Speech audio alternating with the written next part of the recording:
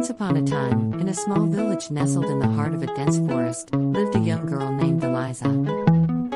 She was known for her kind heart and her love for nature. Eliza spent most of her days exploring the forest and observing the plants and animals that lived there.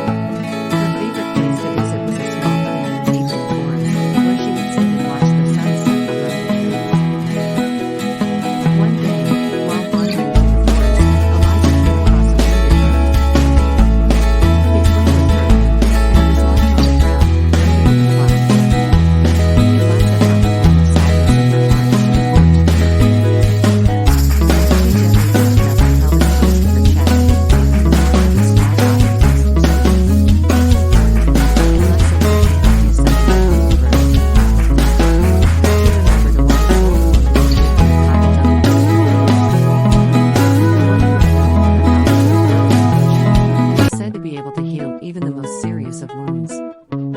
Eliza made her way to the old woman's cottage, the bird still nestled in her arms. When she arrived, she knocked on the door and waited patiently for a response.